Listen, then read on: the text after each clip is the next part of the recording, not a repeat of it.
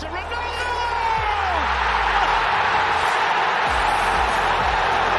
Cristiano Ronaldo in the Champions League!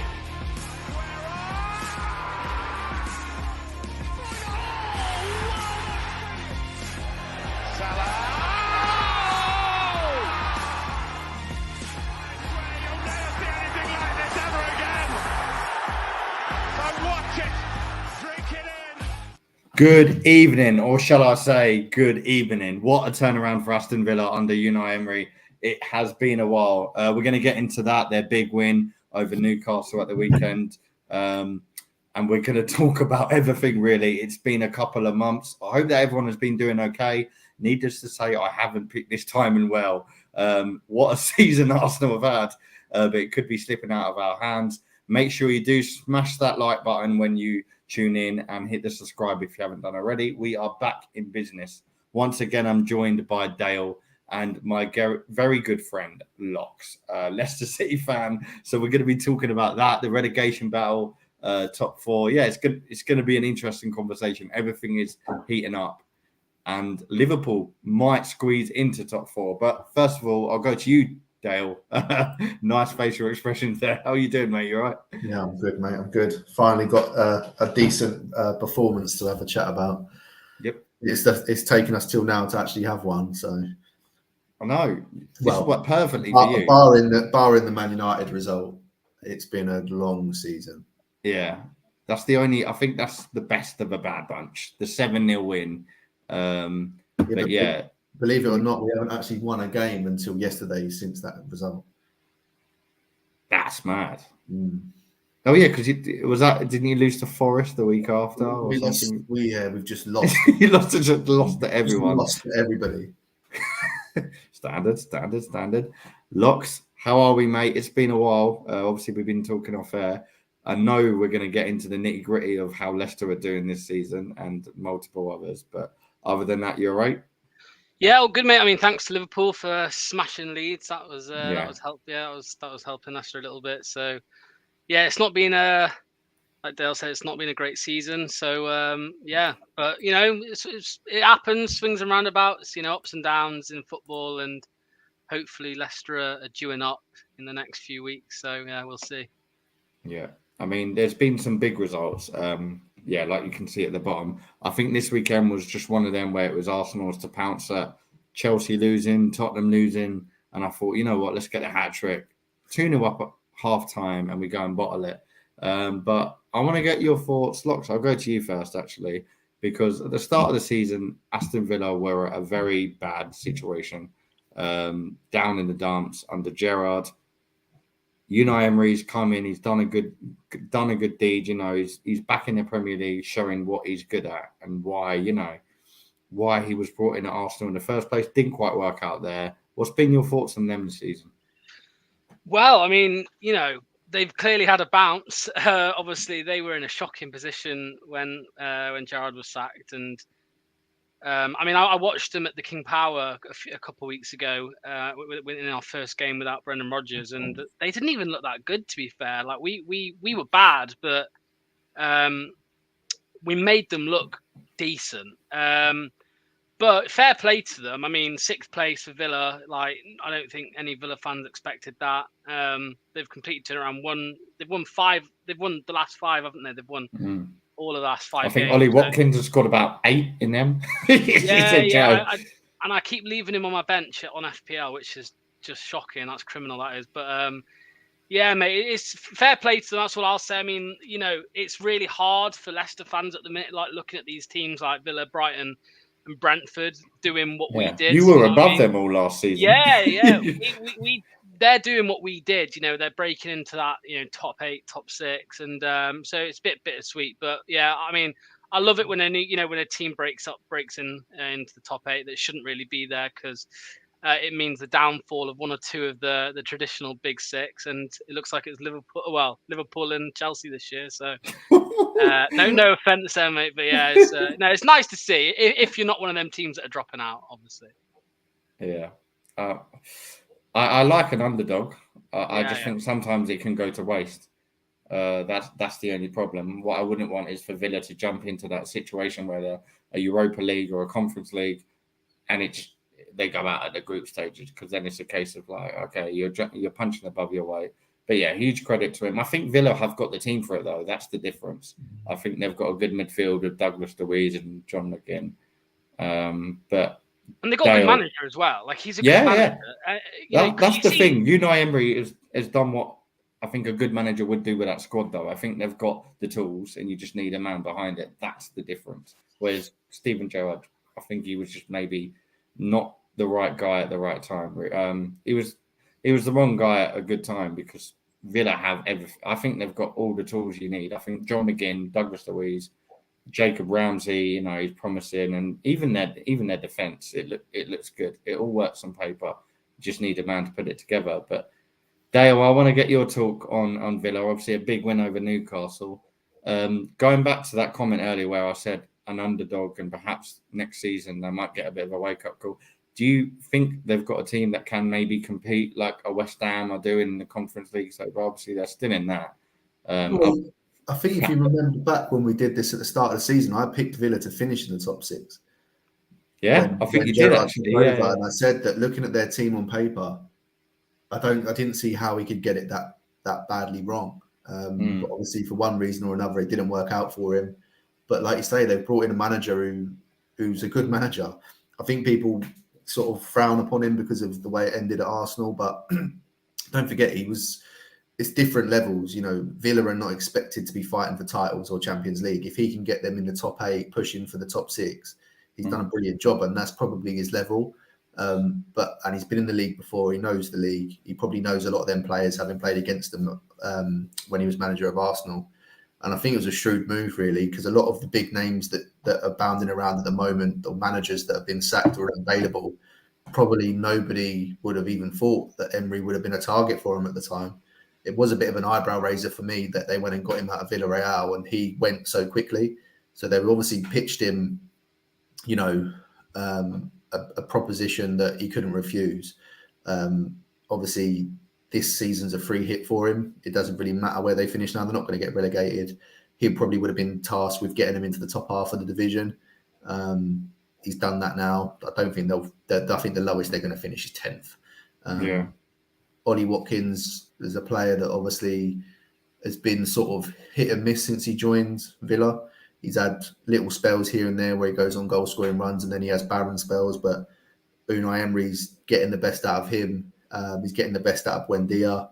The back four, all of a sudden, Tyrone Mings looks solid. Matty Cash at right back. Never thought I'd hear that in my life. John McGinn, do you know John McGinn, when he first came to Villa, he was getting goals from midfield. That kind of dried up under Gerrard, whereas now McGinn's getting higher up the pitch. He's got good energy.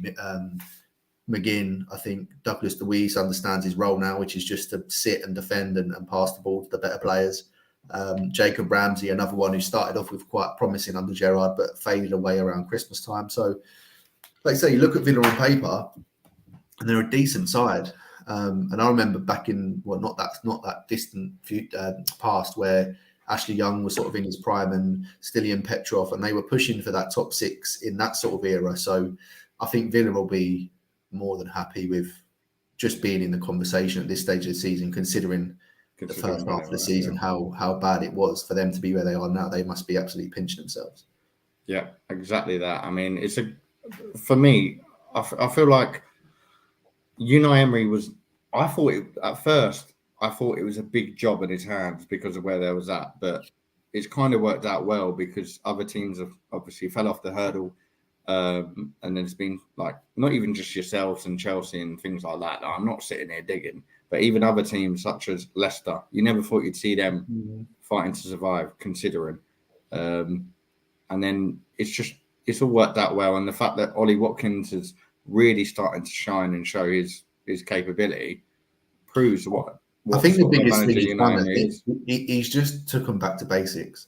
Yeah, they've got workmen like midfield with McGinn, Luiz, and Jacob Ramsey. Got good energy from there, but also when they get the ball, they're all good on the ball, all comfortable on the ball. He's got the back four just defending as a unit, and he's got forward players that are looking to attack and score goals. I think sometimes you can trying to fit in like a Coutinho and a Buendia and trying to find a system that fits them both and all that. Sometimes you just got to say, do you know what? We've got to find a system that works for the players we've got rather than trying to fit the players to fit a system. I think Coutinho was a good signing when he was originally brought in at the back end of last season because they needed something. They needed a spark. They needed someone who could produce moments. But now I think with Emery, it's more, there's an actual plan behind what they're trying to do. They're not playing on emotion. They're playing a game plan. They've got a tactic. They've got a way of playing. And at the minute, it's working wonders. I mean, I don't think anyone had Newcastle getting beat. Was it 3-0 in the end that they lost? Yeah, 3-0, yeah. I think they had one disallowed as well, so it could have been 4. Not many teams have beaten Newcastle in that sort of. I think that's only Newcastle's. Is that Newcastle's 3rd defeat this season? Yeah, I think that's that. So that was. I'll tell you what, the odds on that, bookies must have made a killing on that. If any money that's going on that game, even though Villa are in form, you're going to probably back a draw or a both team score or a tie win. I watched the game against Chelsea, and I know that Chelsea are obviously not the Chelsea that we know, but even in that game, they were dominant. Not just in periods that you can go against Chelsea and have long periods where you're getting dominated and then you nick a goal or you nick one on the break late on, but they actually controlled the majority of the game. And Chelsea, I know they're not clicking at the minute, Chelsea, but they've got good players, and to go to Stamford Bridge and actually dominate the majority of the game says how much confidence they're playing with at the minute. And then to follow that up with smashing Newcastle, in-form Newcastle, who are probably in pole position to finish 4th now, I think what a job he's doing. So you've got to say fair play to Villa and fair play to Unai Emery, because I think he's shut a lot of people up, and a lot of doubters all of a sudden starting to give him a bit of praise and understand that he is a very good manager. Yeah, 100%. And that takes me on to a great conversation. Locks, let's talk about Chelsea. I mean, I've seen some exciting seasons in my time, but this has got to be one of them where you look and you think it's got it all. And Chelsea's decline after spending 600 million, I think it is absolutely mind-blowing. But I want to get your take on what you think is next for them. Obviously, at the moment, they've got a short-term thing with Frank Lampard. They're playing right now as we speak in the Champions League. I don't think anyone's backing their odds for them to get any. I mean, to be fair, they're only 2-0 down. They could do it, but I don't think anyone's expecting them to get a trophy at this point. They're just going to get to. I think it's a case of saving grace right now. They just need to try and do something, ride out the rest of the season. What's your thoughts on their future? How much work needs doing? Where's it gone wrong? Because this is I think this is probably the worst thing I've seen happen in terms of top 4, top 6 teams. I've never seen a decline like this. Champions League winners just a few years ago. But yeah, before we get into your nitty gritty and how things are going in Leicester, let's talk about someone else's crash and fall. Yeah, it's chaos, mate. I mean, I think they've just brought Lampard back in to probably get some fans on side. I'm not sure. I'm not sure what the aim was there.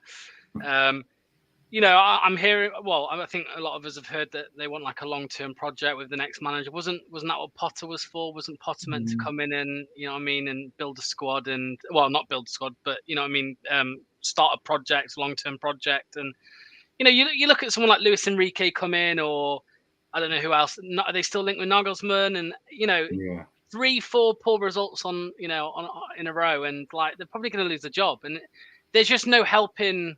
There's no helping clubs like that. If you're gonna just sack a manager because you're not where you want to be right now, rather than look at Arsenal. What they went through to be where they are now. I just can't see it getting any better. If they continue with if Ted Bowley continues and the board continue like they have already. I just think, you look at like Forest as well, and they spent so much money, and you've got a load of players coming in, and you don't really know where to put them, and they need time to gel. And I thought Forest would get better as time went on, but they look to be getting worse. So, but Chelsea probably need a summer here where they just don't bring anyone in. Just work with the team that you've got. Kind of get a manager in. Let him kind of implement his plan on the current squad. The more players you continue to bring in, the more hectic it's going to get, and it's just going to be a cycle. And then the next manager's sacked, and then a new manager comes in and gets. So I honestly can't see where they go from here. I mean, we've seen them in the past when they've had a poor season. The following year, they've actually done all right, but I just can't see it at the minute. I think Lampard, to be fair to him, is a better man than I ever will be, because I don't know how he's gone crawling back to them at the first call, really. Yeah. I think because at the stage, I thought they were quite harsh to get rid of him. In all honesty, I don't know why you don't bring in the manager that you're going to appoint. I know they obviously wanted time. They want time to interview them and all this, but bring in a manager now, and then you can let them work with the squad. Let them get to know the players and start implementing. It's just basically like a longer pre-season. If you do that, you've got even longer to prepare for next year. But they've gone with this option, and it's just a temporary fix, isn't it? That's all Lampard is. It's to get the fans on side, in my opinion. But bringing in which is even more baffling, because it's like all these fans went from Lampard to Potter, they back to Potter, and then Potter went. And to be honest, I feel sorry for him more than anyone, because he had such a good legacy at Brighton, and Brighton are doing incredible. I mean, we'll touch on that. The team that actually ended up beating Chelsea this weekend, but De Zerbi's just done fantastic with them. So it's like you've jumped over thinking the grass is going to be greener. It wasn't, and now Potter's in a situation where he's still a young manager, but all that people are going to think about is what happened to Chelsea. They're not going to think about what he done at Brighton, because that's overlooked now, because Brighton are, they've got new fish in the sea. One thing I would say on Potter is I think a lot of clubs will look at the situation and the circumstances that he was working under, and I think that might buy him. He'll get another shot at a club. I mean, even someone like a Leicester or somebody like that, I think it would be interested in Potter, because I think they will look at the good work he done at Brighton, where the pressure was off him at Brighton, and obviously he was working on a different type of budget. He was obviously bringing in the players that he wanted, rather than getting given 50 players that he doesn't want. There's been a lot of rumours coming out that he had 50 players reporting for training across the first team and then the youth team as well. They was getting changed in the corridors because there wasn't actually enough room at the training ground for them to actually get ready. He was having to put on 2 separate sessions for 2 separate groups of players, and then have to monitor and coach and put his arm around players, give players a kick up the arse, watch every single thing that was going on. Chelsea's an impossible job for anybody. I think we've seen that over the last 10 years, that no matter if you're winning or losing, you end up getting the sack, and you're never going to be there longer than 2 years. I mean, Tuchel come in a similar sort of circumstance, won of a Champions League, and then was out the door within, a matter of 12 months or whatever it was after he won the Champions League. So I just think that it's just a club that at the minute, you even listen to the fans when Potter was brought in, they were all for it. They were loving it. Within 2 or 3 weeks of watching Graham Potter, they were saying that he was the wrong man. He wasn't a Chelsea manager. We want a winner. They've been through all of that. They've had some of the best managers in the world. They've had proven winners, and it didn't work. They went down this route, and all the fans were loving the fact that they were going to go for a younger manager who was going to build the squad. And then that's gone tits up, and now they're saying, "Oh no, we need a winner." It's just they're the most contradicting club I think I've ever come across. And to be honest with you, I just think it's hilarious that you can go and spend £600 million on what's meant to be, some of the top talent in Europe, and become a worse team.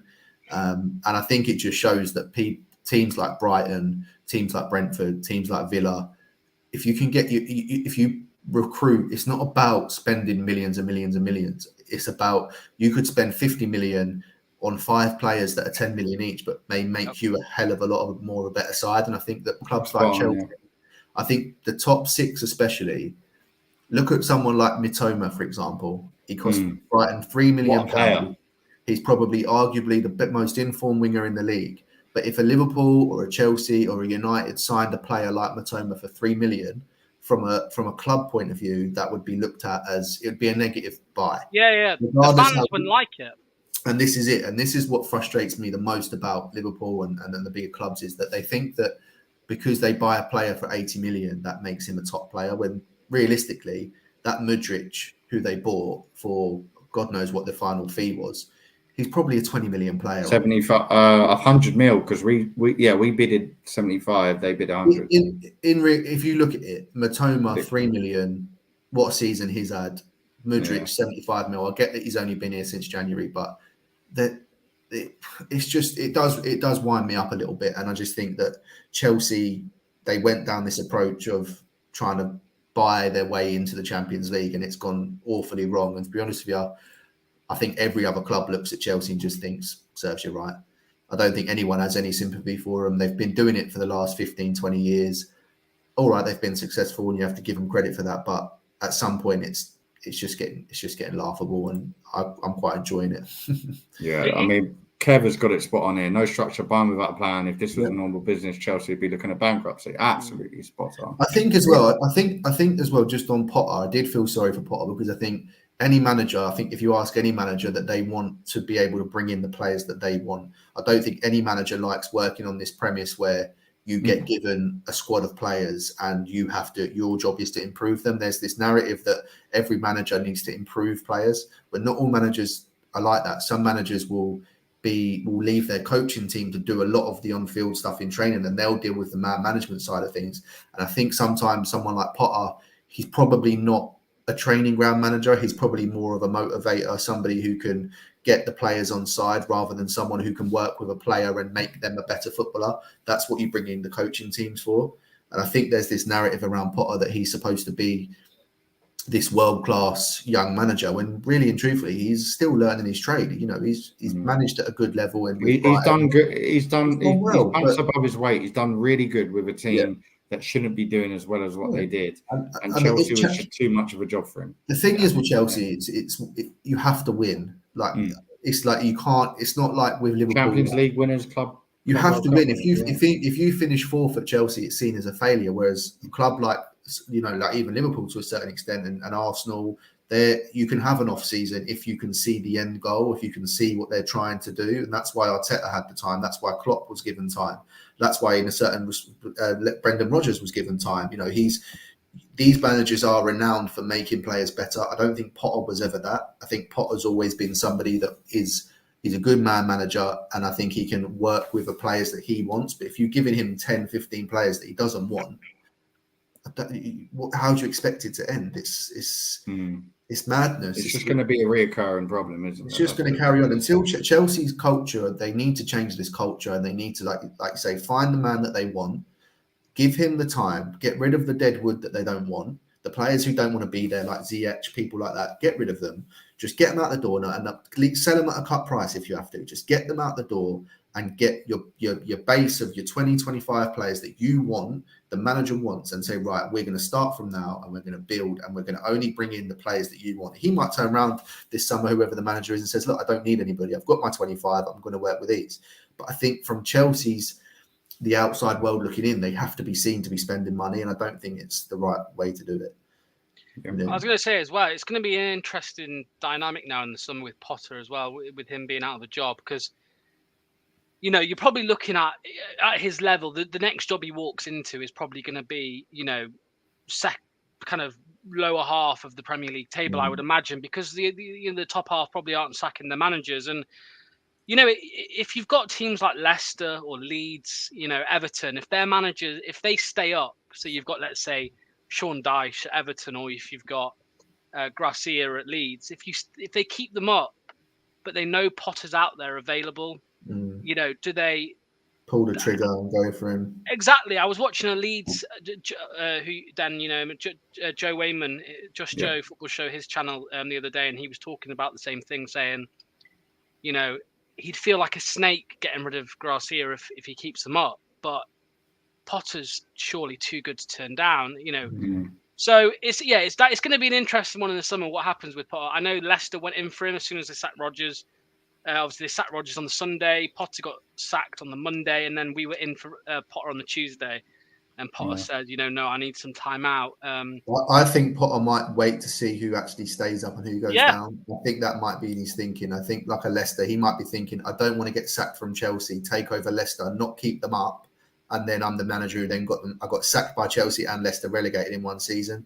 I think that would tarnish his reputation a lot more. He's waiting to see what the best move is, isn't he? Yeah, of course. But I personally, I know that Dean Smith, I know we'll get onto it, but Dean Smith at Leicester is officially just an interim basis, a short-term contract. But if he keeps us up and we get rid of him, I'd be fuming personally. If it happens and Potter arrives, I'd be like, sound, I'm happy. Potter's, I'd be happy with Potter. But initially, like getting rid of Dean Smith, if he does save us, I wouldn't be happy with that. To start with, if sacking him it's not technically a sack him, it's just his contract running out. But I don't know, it just doesn't sit right with me, that personally. But Leicester did it before when the year before we won the league. Nigel Pearson kept us up. He was there all season. He kept us up, and we sacked him in the summer and brought in Claudio Ranieri, and we know how that turned out. So maybe it's not the worst of decisions, but still, it just doesn't sit right with me sacking a manager. But it will be interesting with Potter available, and you'd imagine the top half clubs not sacking their managers. I think Crystal Palace are going to go for him. I think that they're going to very good. That's a very, very good shout. Spurs could do as well. Yeah, I mean, I think Palace. I think I could just, for some reason, I don't have any logic as to why. I just got a feeling that could be a good fit. Palace, it could be a good fit. Palace have got a good squad as well. Before we move on from Chelsea, I want to go on to this because it's an interesting comment. Potter's problem is he's got the Chelsea job on the strength of his Brighton work, but De Zerbi has massively improved them. So is he really all of that? This goes back into the conversation we're just having. Really, it's because Potter done well with Brighton, but I feel like there's a stage you get to where you're in that time in your career where you're doing really good and you get that job offer, and it's a bit like if Southgate was to leave England tomorrow, I don't know who would step in, because I think that job is way too big for anyone right now that's doing well. It would have to be, someone that's not even managing in the Premier League, someone that's been and done the Premier League and got sacked, or, it would need to be a new up and coming, because most people would have said Potter last year. Now you look at him and you think, okay, he couldn't handle Chelsea. Who's next? But I get the argument. Sorry, Gary. I'm sorry. I jumped into it. No, but I want to get your take on this before we move on from Chelsea, because there's lots to get into, including Arsenal and including Liverpool, of course. Was he perhaps just maybe having a good run at it, having a good spin at it? Because Matoma, during Potter's time, I didn't even know of him. I wasn't even aware of it. I think it's hard. It's always good with hindsight to turn around and say, look what De Zerbi's done, then look what Potter's done. And Potter did have spells with Brighton where they would start the season really well. They'd play sort of the first 15 games and they'd be right up there. Then around Christmas time, they'd completely fall off a cliff. And then towards the end of the season, they would come back and get themselves away from trouble. But I think everybody forgets that when Potter was at Brighton, everyone looked at Brighton and said, what a brilliant team they are. If just they could add a goal scorer. They didn't have a goal scorer. They had Neil Maupay, Danny Welbeck was always injured. They've never really had a striker. De Zerbi's come in and he's took them a different way and he's improved upon what Potter did. But I don't think you can forget that when Potter was managing Brighton, I was even saying if he stays at Brighton for another couple of years and when Klopp goes, I would have him at Liverpool. So I think it's quite easy. I remember you saying that. It's quite easy to forget that how we spoke about Potter during his Brighton time and the level we put him at. You shouldn't, just because Mourinho's been sacked, Ancelotti's been sacked. All these managers have been sacked at some point. Look at Potter. He got sacked from Tottenham and then went to PSG. He'll come again, Potter, and I think that given the right circumstances, he'll get another job, and I think he'll continue to be a good manager and he'll play some good football. It just didn't work at Chelsea, but how many managers has it worked for at Chelsea? Not many. So, I think it's harsh to call him all of a sudden a poor manager or he's not up to the level. I think he took a chance at a job that, let's face it, any manager at that level would have taken. You can't really turn down the opportunity to manage Chelsea, and it hasn't worked out. If they come knocking, any top six club come knocking, anyone that's won the Champions League, you're going to answer the call. Let's be absolutely honest. But talking of Pochettino and managers, I can't not talk about Tottenham, because while things have gone a bit worse for Arsenal, Tottenham did a Spursy thing and lost at home to Bournemouth. Locks, I know this result did not go in your favour whatsoever. But I'll tell you what, this is Premier League football. This season, to me, has justified why Premier League is the best league in the world, because it has been one of the most exciting seasons throughout my generation. Facts. Bournemouth, I'll tell you what, 3 weeks ago, if I was sat or stood in a pub having a pint with God knows how many different fans, I would bet hundreds of thousands of pounds Bournemouth were in their bottom three. They are now probably more safe than majority of the people in it. But talk to me, Rox. What do you think of this result, and how impressed are you with the turnaround that Gary O'Neill, that's his name, isn't it? Yeah. The turnaround he's done, because Bournemouth are all of a sudden out of the race. No one's even talking about them anymore, really. They've got a fight, mate. I mean, like you were saying 3 weeks ago. I mean, I'd say probably a month ago. There's two teams there, really, Palace and Bournemouth, that I looked at and I thought, hopefully, fingers crossed, they're the ones going down instead of Leicester. And like they've both had a complete change of form. Obviously, Palace, have basically had a new manager bounce. But yeah, Bournemouth, they've got a couple quality. I mean, Philip Billings, a player that I think a lot of teams in the Premier League would be happy to take, off Bournemouth's hands. Billings, he just scores in random games, doesn't he? Yeah, mate. Right? He's a good player, mate. Honestly, he is. But yeah, it's not looking good for the other teams around Bournemouth. They've got to fight. That's all I can say, really. I mean, I look at some other teams there like Leicester, Forest, Everton, and there just doesn't seem to be that kind of spark of really wanting to stay up. And you look at Bournemouth and how they're playing, and they're completely turning their fortunes around. So fair play to them. They're definitely getting relegated next year. Like, there's no doubt. I think, in my opinion, they'll go down next year. But there's just been so many poor teams this season, down in the bottom half of the table, that they've taken the opportunity really to leapfrog them, and I think they will stay up now. To be fair, looking at the other teams, I think they haven't got the best of fixtures. I believe Bournemouth remaining, but then they're not awful either. So I think they'll probably pick up enough points to stay up, to be honest. 100%. And Dale, I want to get your spin on things with the other half of that game, the mighty Tottenham Hotspur.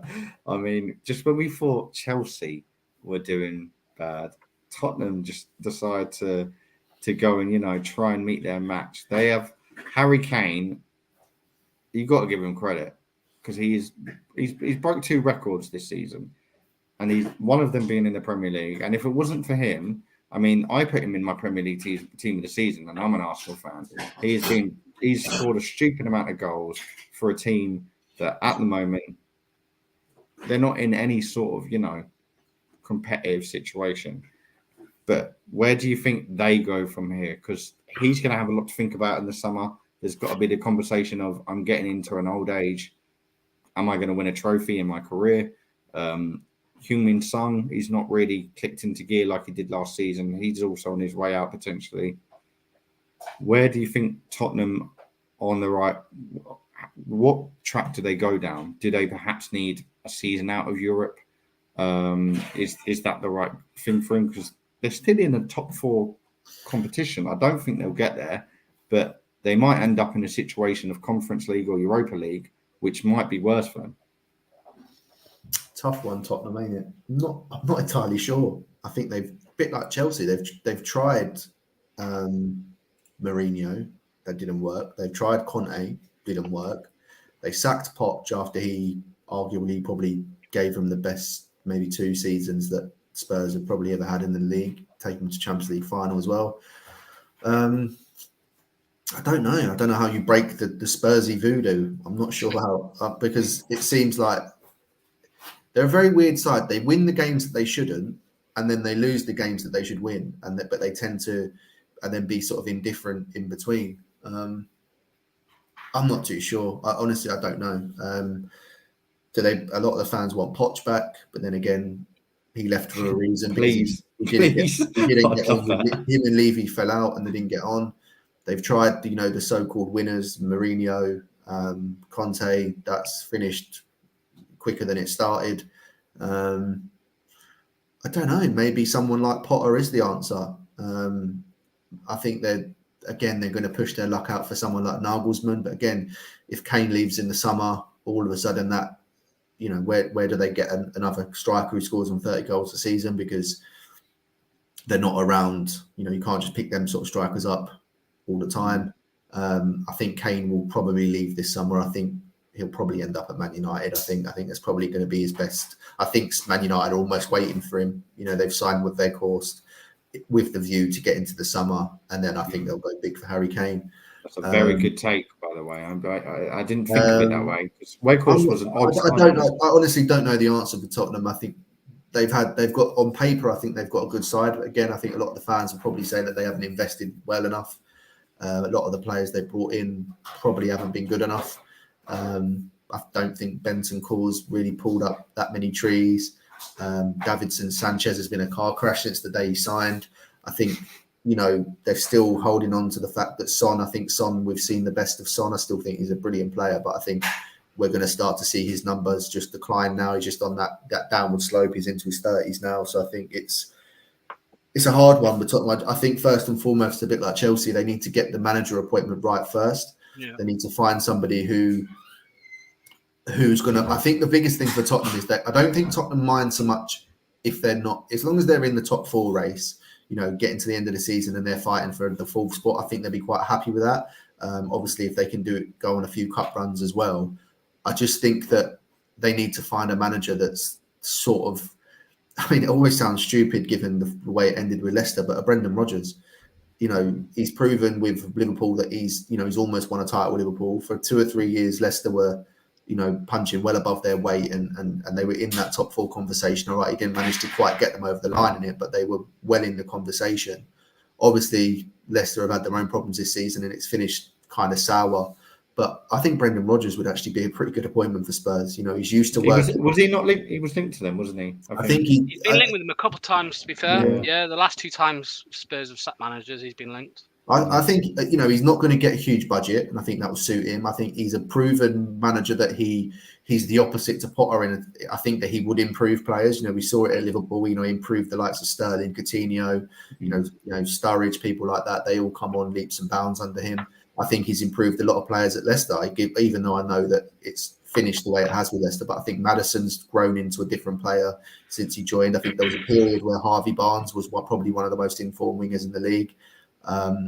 I think Brendan Rodgers would be a good appointment for Tottenham. I think he'd take Maddison with him.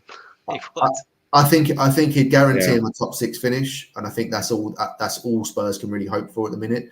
I think if you give him, I don't think he'd need a boatload of money because I think he would work in that market. You know, you've got the market which the top 4 are working in, which is obviously Champions League players. Then you've got the Europa League level type players.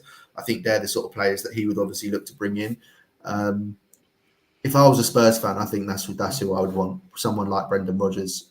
But I don't really know. They're another strange club. You know, I think them and Chelsea are the 2 that just don't have a plan. Yeah. You know, you look at Brighton, you look at Brentford, they've all got a plan. You know, they all know what they're doing. Aston Villa now, they know what they're doing. They know what they're trying to achieve. Tottenham, it just seems very scattergun.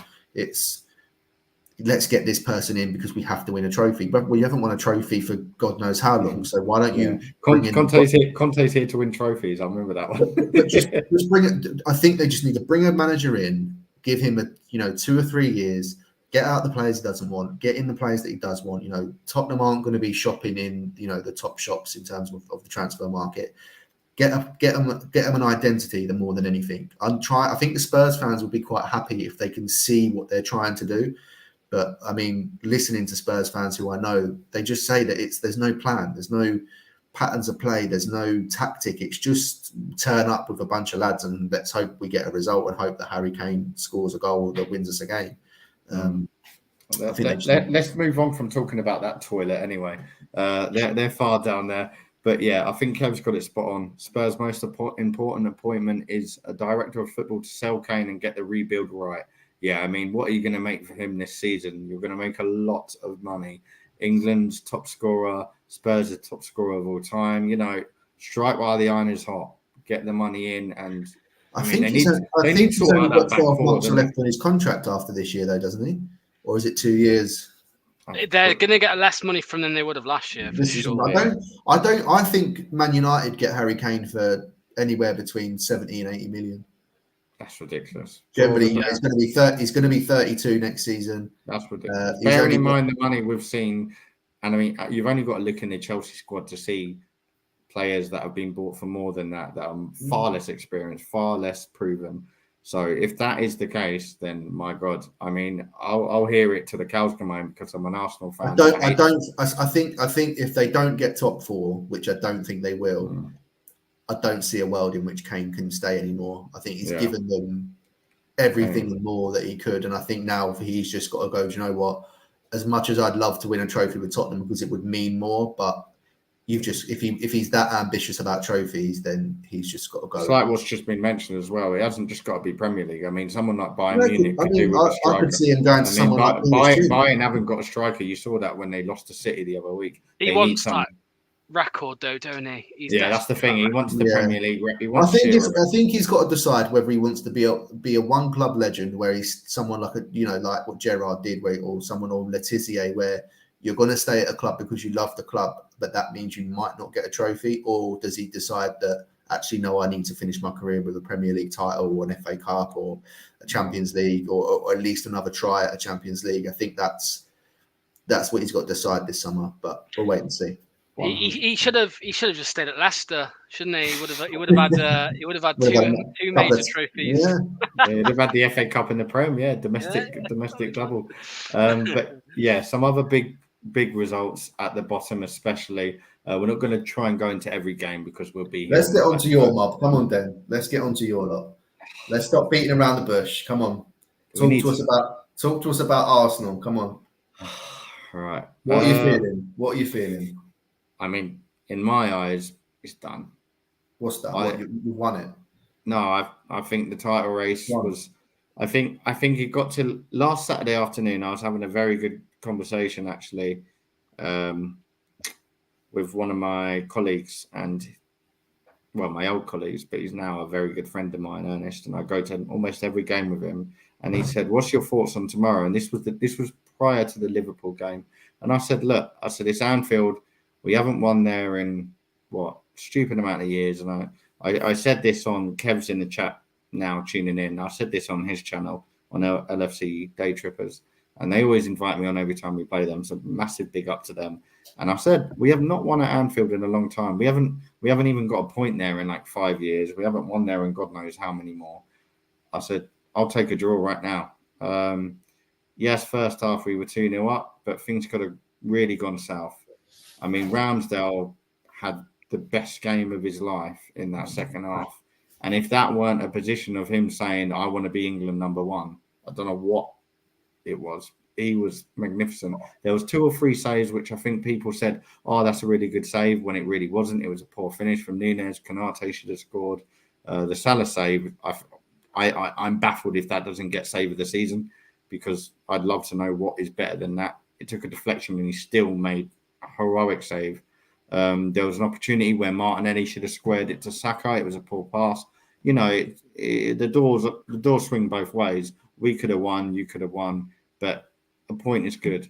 Sunday was poor. If you want to set a statement and say that you're a title-winning team, that was a pathetic performance. One of the most pathetic I've seen us play.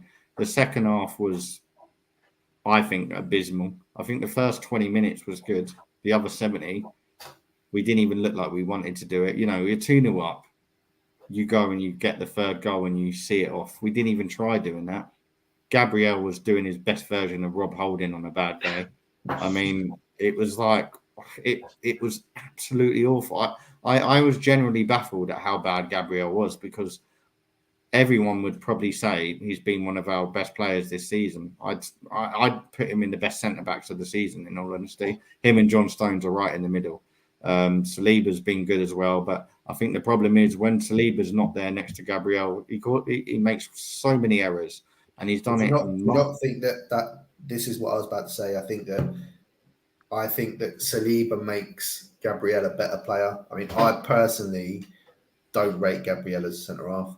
I think he's okay. I don't think he's top quality. I think having the assurance of Saliba next to him has been almost the benchmark for you this season, is because Saliba's come in and done so well. I remember watching that first game against Fulham, and I was just like, where has this guy been? Because he was outstanding, and he's all right. He's made the odd mistake, but all players make mistakes. But I think Saliba being injured has kind of been, not I wouldn't say the downfall, because you still could win it and it's still in your hands essentially. But I do watch the Liverpool game, and I watched obviously the West Ham game, and you can just see how nervous the back four were.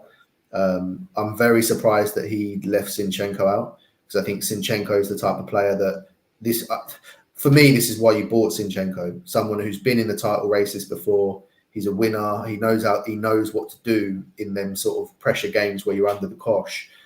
And he reverted to a back four that's got no championship experience in terms of the top fighting for a Premier League.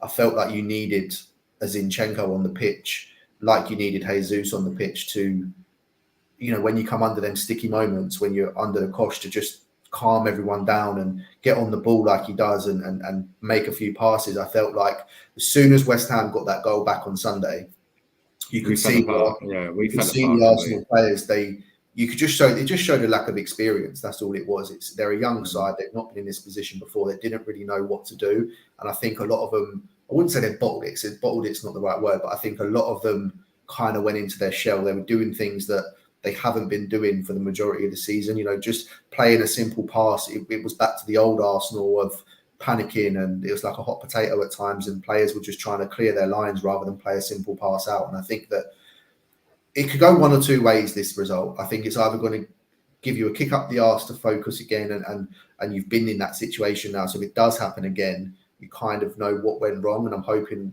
well, I suppose Arsenal fans are hoping that Arteta and his team have basically sat down and shown them the difference between what they're doing when it's going well and they're playing this lovely football to what happens at Liverpool and what happened at West Ham, the things that they didn't do. But on the flip side, like what Gary Neville said, it can eat you alive when that happens to you, because all of a sudden you start doubting yourself, you start doing things that you shouldn't be doing, and you start second guessing yourself. And I think that's going to be the test now. Obviously you've got Southampton next, so I think that's quite a nice game, I would say, off the back of two tough away games, to have Southampton at home. I think if they said to Arsenal, you can have any home team at home after playing Liverpool and West Ham away before. We need a game where we just go score a couple of goals. Probably would have picked something like Saka would definitely need a game where he can just go and strike. For me, although he is our number one penalty taker, I saw Jesus grab the ball and I thought, I'm glad he's taken it. And then Jesus gave the ball to Saka, and I was thinking, I just didn't like the way it was conducted, and I just had bad feels from the get-go. And I thought it happens in a title race, Matt. I've been I've over the last 4 or 5 seasons, obviously being a Liverpool fan, I've gone toe to toe with City, and having that back and forth where you win, they win, then you win again, then they win, then you got to win, and it's so difficult. It's so mentally draining as a fan to be like, oh, we've got 6 points ahead. Oh, they've clawed it back to 3. Then they play first, and they're level on points, and then you've got to go into the game and you've got to win to get that cushion again. And it's for the players, it's hard.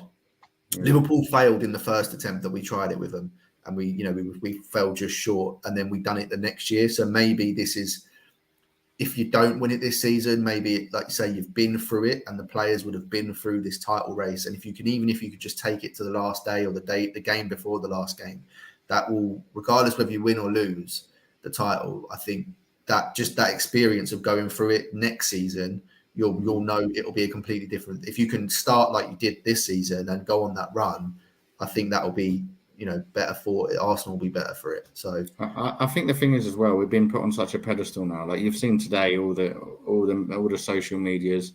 The mascot didn't get enough high fives from the fans. There's been all sorts of stuff, and like I think there was a dad and a kid who was videoing the Arsenal players, and they didn't look happy enough. We're on this pedestal now, and we've been put way above here, and I'm like, hang on a minute, let's calm down. Like, this has never happened with Liverpool or City, who, like you say, you've been competing last 4 of the last 5 seasons. I never saw them getting any sort of grief like what we have been getting today, even just today. Never mind the rest of the season. I think as fans, you just got to enjoy it. Just try and enjoy it. Like you've had such a tough time for so long, where you've had mediocre seasons, and the whole Wenger debacle, Emery, and all that. I just think just enjoy it. If you don't win it, you don't win it. No one was expecting you to win it at the start of the season. The fact that you've taken it this far, shows the I think the thing is mainly is the fact that I don't like this idea now that, and a lot of Arsenal fans do it, when we lose a game or we draw a game or drop points, whatever way it be, we are not allowed to criticise our players because of how well they've done in other games. I think that is complete, absolute rubbish. Yeah, because look, we're top of the league. We were 8 points clear. We're now 4 points clear. I get it. We've done well all season. We've punched above our weight. That's fine. But you should be allowed to criticise players for bad performances, whether it be Bukayo Saka, whether it be Martin Odegaard, whether it be, Tom, Dick or Harry. It doesn't really matter. But you can't just say, because of 20 games that they've played well, you can't criticise the 21st. It doesn't work like that. Football is football. And football, you have good or bad. It's not always plain sailing. People are forgetting, for the first half at Anfield, you were the better team by quite some distance. The first 25, 30 minutes against West Ham, Carragher and Neville said it was some of the best football they've ever seen. So I think... And that's the two people that hate us usually. It's a little bit...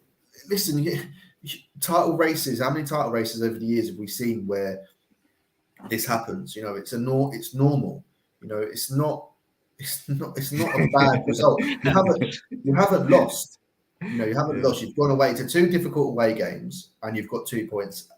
So what? You go again. You're 2 points better off than what you had before them games. So you can look at it in one of 2 ways. You can look at it, where City have clawed back 4 points on us, but you've also accrued 2 more points than what you had before them games. So you're 2 points closer to the title. At the end of the day, if you go to City and you don't lose. If you go to City and draw, pretty much titles yours to throw away, and all of a sudden, them results look like a good result. That game on the 26th of April will be the biggest game in Arsenal in my generation. The biggest game as an Arsenal fan I've known. Don't worry about it. It's not just that. It's not just that. Yeah, like a lot of people are saying, I'm so nervous about City. We've got to get through the rest. Yeah, and we've got Brighton at home. We've just been speaking about how well Brighton have been under De Zerbi. That's not gonna be an easy nut to crack whatsoever. But Locks, I want to get onto you and then talk about Leicester, because my God, you're not going to get away with being on this podcast and not talking about their downfall. And if we don't win it, are you inclined to agree with Dale's verdict that no one expected us to win the league? Because obviously you've been there, being a Leicester fan, you've seen the underdogs climb and see it through. Have we bottled it if we don't do it now, or do you think it's a case of City have just City have always been there? They've got a high ceiling to reach, and they've now got Haaland, to add to the mix. But what's your take on that? I mean, I can tell you this: like the year Leicester City won the Premier League, if we had bottled it, even if we finished second, Leicester City second in the Premier League, even if we had finished second, I would have been really disappointed because, you start this, obviously, it's all hindsight, and you say, well, you would have been happy with 10th place at the start of the season. Expectations change, and, you go throughout the whole season, and as time goes on, you become the favourites, and you go, what was the highest point difference you had over City? I think it was the 8. I'm pretty sure it was the 8. I thought it was a bit more than 8, but maybe it was 8. I thought you had 10. Oh no, 11. There was 11 once. Yeah, there was 11 once. Yeah, and at that point you're thinking, well, you know what I mean? I mean, even I was like, well, when are Arsenal going to bottle it? When are they going to implode? And it just never happened, and it just went on and on and on. But personally, like, I just suppose it's down to your own how you look at it. Like, I wouldn't be happy if I was an Arsenal fan and you finished second. I think that I would class it as a bottle personally. I know, Dale, you said you disagree, don't you? But I think that it would be a bottle. I think that you were at the point where it was completely in your hands. Even if City beat you, in the Etihad, and it still was in your hands, and you've dropped points really where you shouldn't have, and probably it's down to inexperience. It's down to a lack of kind of experience in winning and fighting for trophies and all that. But yeah, I would personally class it as a bottle. I'm not even trying to make you feel worse or anything like that. Then, but yeah, it's just I still think you're going to win it personally. I think you'll turn City over. I think all this disappointment now. I know City go on these runs where they win game after game after game, but I've just got a feeling that you might still win it, mate. So I wouldn't get too disheartened just yet. Yeah, I'm trying to, I'm trying to just keep my head on my shoulders and just expect the worst, and that way the best can only happen, really. I know what you mean. Yeah, if you expect the worst, then you can't really be disappointed, can you? It's just, I see what you mean. It's a big ask. It's a massive. I think the way you got to look at it though as well is in the last week, Man City have clawed back 4 points from 8. In another week's time, if you were to get a victory against them, all of a sudden you claw back that 3 points. So it's only 1. So football can change in the space of a week. You can have 2 games and all of a sudden it's 4 points. You could have another 2 games and all of a sudden it's back to 8. You just don't know. It's just football's a funny old game. Weird things happen. Weird results happen. How many times? It could have been better if Leicester would have done something for me against City, but it is what it is. Locks. Leicester City. Obviously, we spoke about you being in a title race. Not the same this year. What's your thoughts? I mean, is there any hope left? Yeah, there's hope, mate. To be fair, yeah, I think. Well, your first question, what's gone wrong? I mean, I think it's.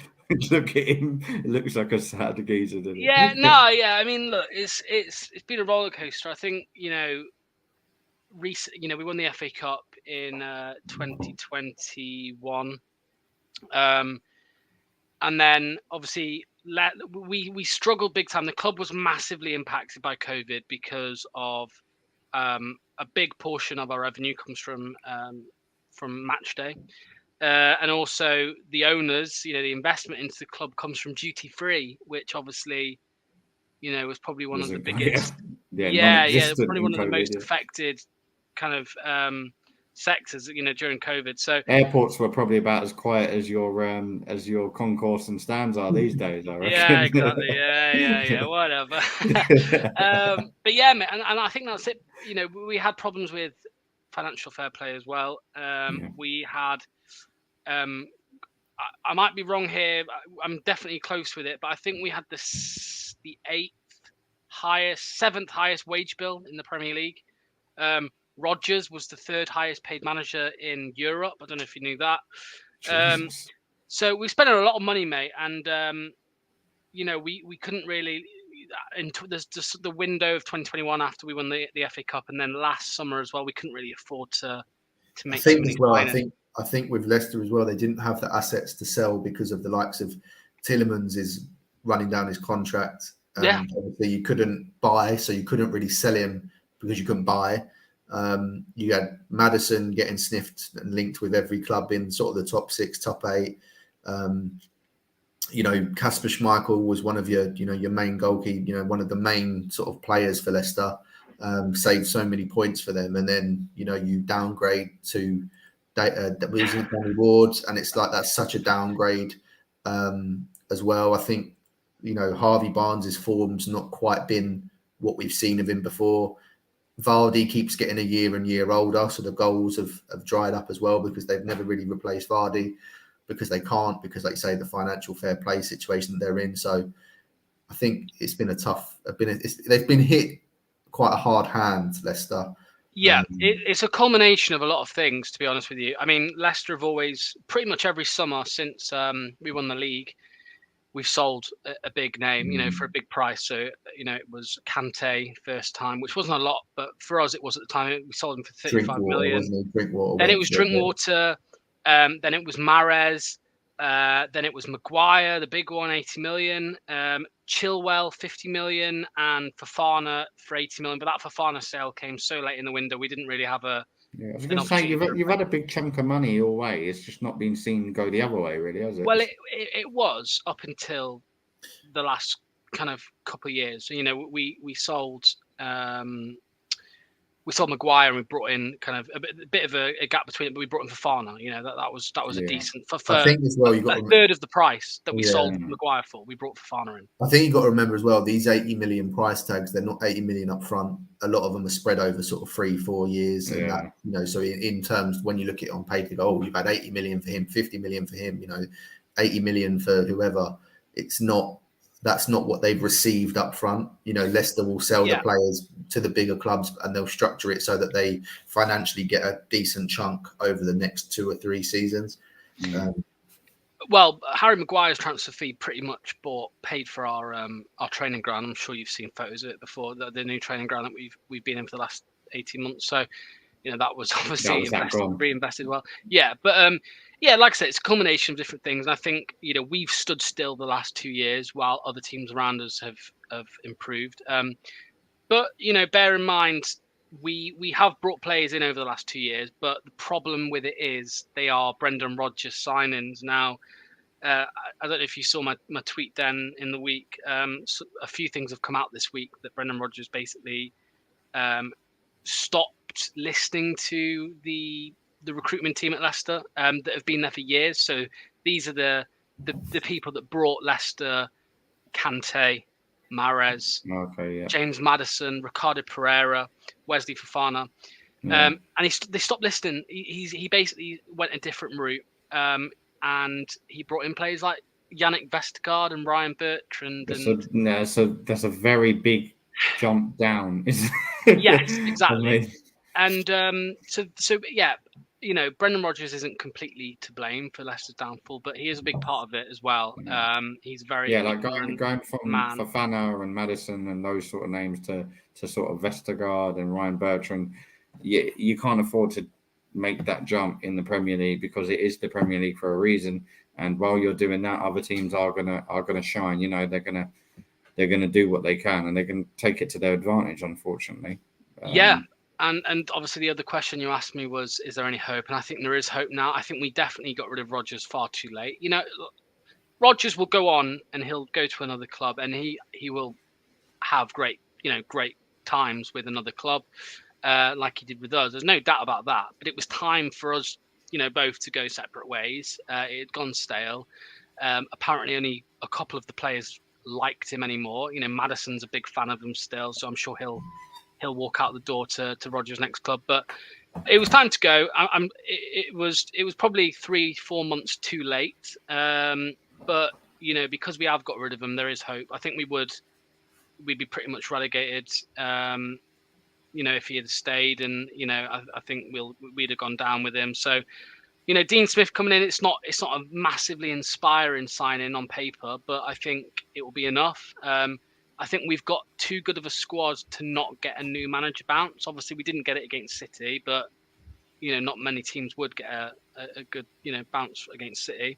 Don't know if you watched the Leicester City game, but they battered us first half. They made a few changes in the second half. I think that game actually showed me that Man City can be put on the test because second half you did a lot better and they didn't really look the Man City that I've seen all season anyway. So arguably they took the foot off the gas and they made a couple of changes, but I mean Man City, let's not beat around the bush here. Man City's B team is still capable of finishing top 4. You know what I mean? So it wasn't a massive drop off from them. It was just we improved. There was fight. It seemed it was the first time this season where I'd watched Leicester during a game, being down 2-3-0, whatever.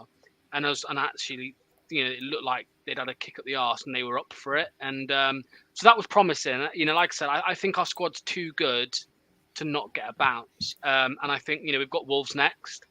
Then we've got Leeds. Massive game. Yeah, I was just about to say, I'm just looking at their fixtures and actually they've got Wolves, Leeds, Everton, Fulham before going to play Liverpool and Newcastle. I think then West Ham. Them three, if you can get 6 or 7 points against the next 3 games, I think you'll be fine. But I think if you're getting down to Liverpool, Newcastle, and West Ham, if you're getting into them 3 games and you're not quite safe, I think that's going to be a tough ask. Liverpool and Newcastle, tough games, and West Ham also down there fighting as well. So that's going to be one hell of a last 3 games.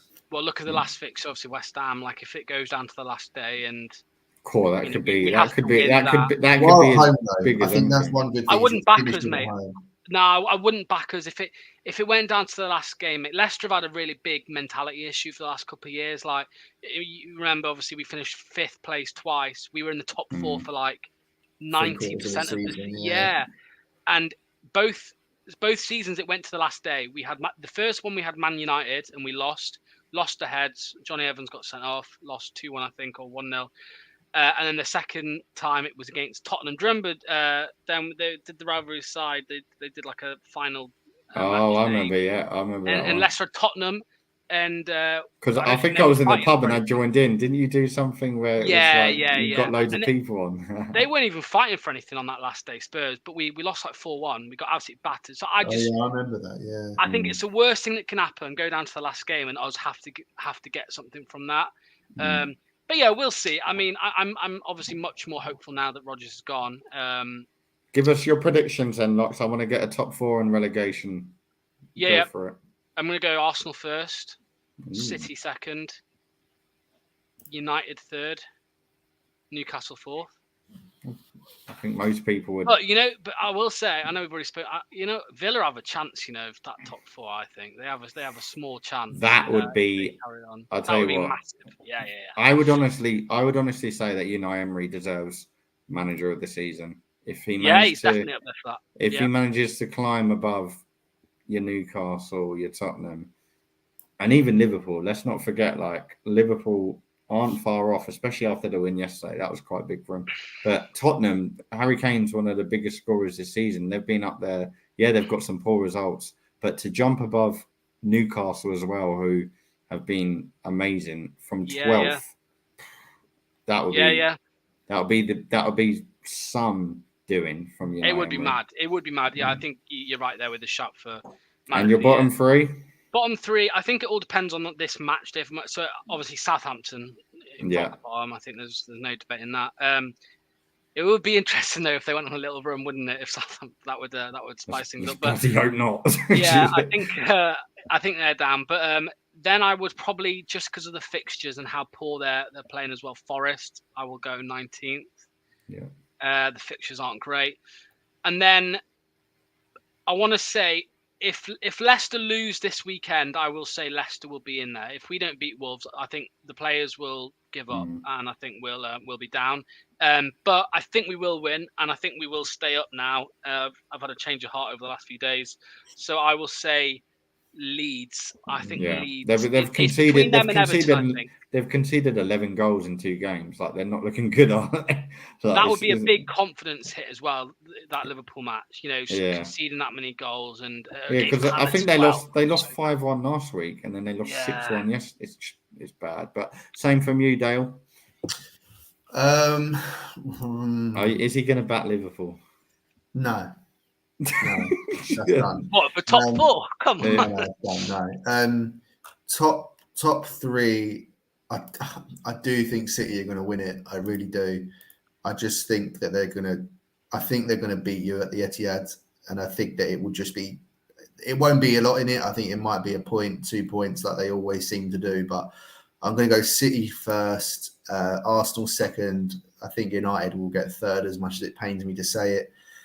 And Newcastle have got some tricky games left, to be fair, but they are in pole position.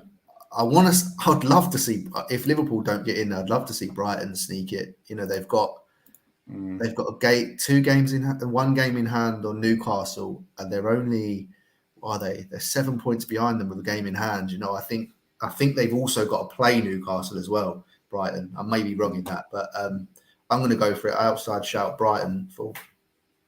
Wow. And relegation, I agree. I think it'll be Southampton, Forest, and Leeds. Yeah, I've got after watching them yesterday, I just can't see them just to make it easy. I think Leeds definitely. I think conceding 11 goals in 2 games when you're at this stage of the season in a relegation battle.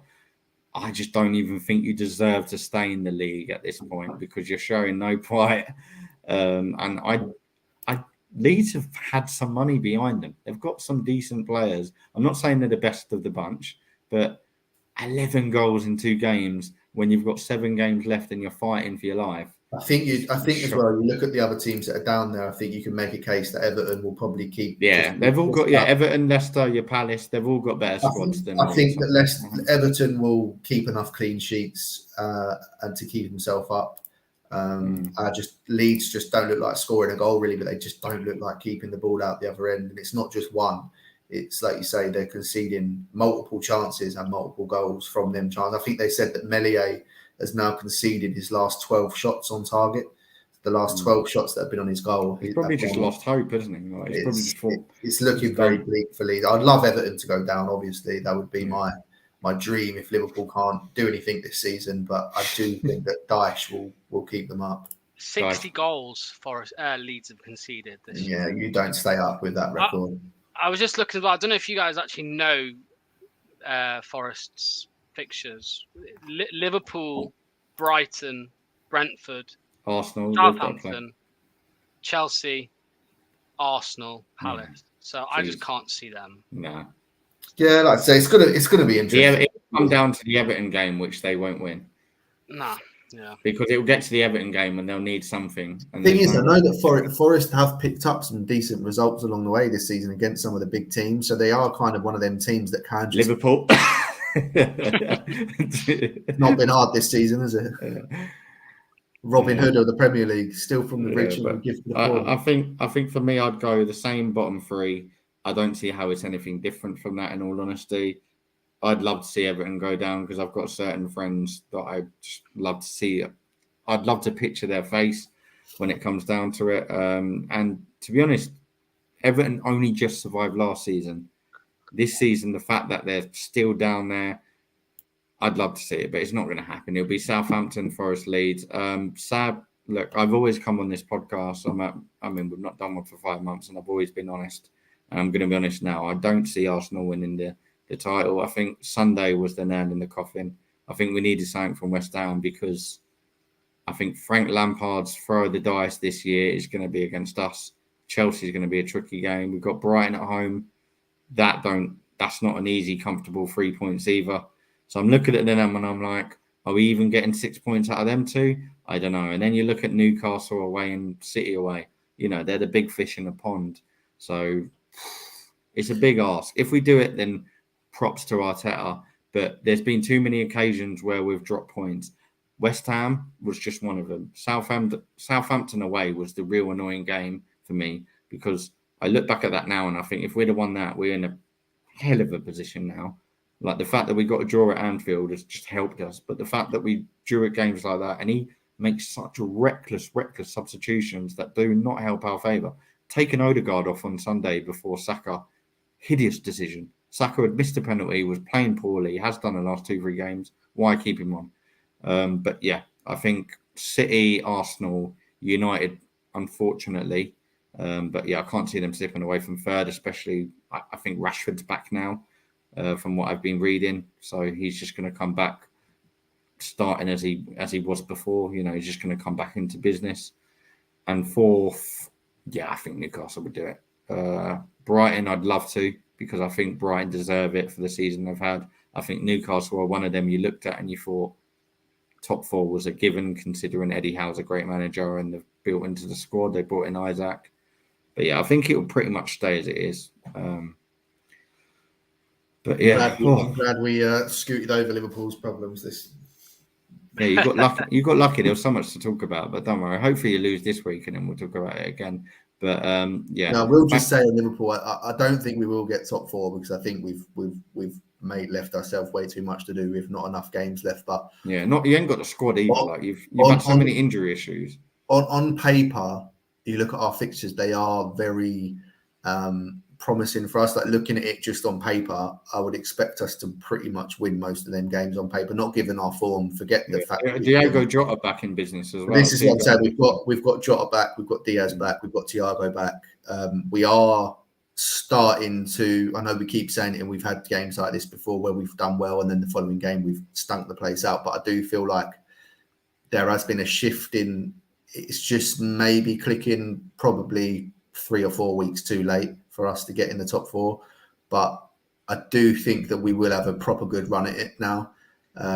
We've got nothing else to really play for. The pressure's off. If we was to lose the next game, it wouldn't really matter. So I do think that having us playing with the pressure off, whereas Newcastle are going to be playing every week with the pressure on because they're going to have to keep winning. They've got to play Arsenal. So that's potentially a banana skin. But I do think we might have a good go at it, and I think we might just maybe sneak 5th. But I think top 4 is probably. I think just before we wrap up, I think you're better off without getting anything to win. I think you need what Arsenal. I think you need what Arsenal had a season without Europe. To be honest, if we got Europa League, I wouldn't be completely. I wouldn't. You just haven't got the squad for it though. You need but I think next season we will. This is the thing. I think if we was to get Europa League, I would be okay with that. I don't want that conference nonsense because that for me is just a waste of time. If we're not going to get 5th, then I would rather just finish 9th because I do think that we will get the players in the summer that we need.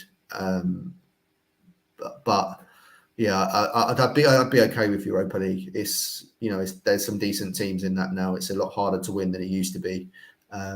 You're telling me, and it is a backdoor into the Champions League. So that if the league, the league did go tits up again next year, we have got that backdoor option into it. So I wouldn't be completely against the Europa League, but I do think we've probably just left it too late to get the top 4. I think we're 9 points off level on games with Newcastle. They've got to lose 3 for us just to get level. They've only lost 3 all season, so logic would tell you that probably not going to happen. Yeah, well, that is a good thought on my mind. Next year, at least I've got Tuesday and Wednesday nights to look forward to, not Thursdays, and that is a given. That is a guarantee. But yeah, it's good to be. You'll be on Thursdays when you drop out the Champions League in the first attempt, won't you? Oh, cheers for that, mate. But yeah, it's good to be back. It has been a while, but thank you to the people that tuned in. See, some of you have joined in. Next week, we will be back discussing, hopefully, a better result for Arsenal. Southampton at home. Can it get worse? Surely not. Locks, thank you for jumping on, mate. It's been a while talking about Leicester City. It's kind of nice because we're all in a bit of a position where our teams are falling short. Arsenal only just about now, but yeah, guys, we will be back soon, and make sure you hit them buttons. Take it easy, lads.